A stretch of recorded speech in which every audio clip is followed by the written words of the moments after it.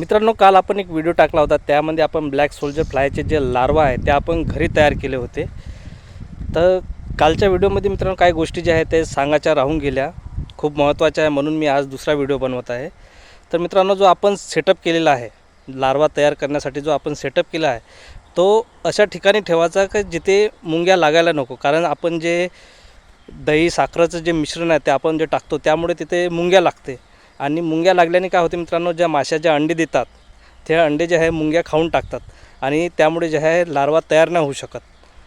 आणि दुसरी महत्त्वाची गोष्ट मित्रांनो, आपण जे गिरणीचं जे वेस्टेज पीठ टाकतो तर त्यामुळे जे आहे उंदीर पण तिथे येऊ शकतात आणि उंदर जे आहे ते पूर्ण जे आहे आपला सेटअप जो आहे तो खराब करू शकतात.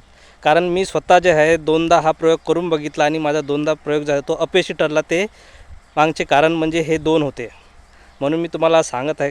कारण काय, तुम्ही जर करायला घ्याल आणि जर तुमच्या याच्यात लार्वा तयार नाही झाले तर तुम्ही मला शिवा घालाल. म्हणून या दोन गोष्टीची जी आहे काळजी घ्यायचा मित्रांनो.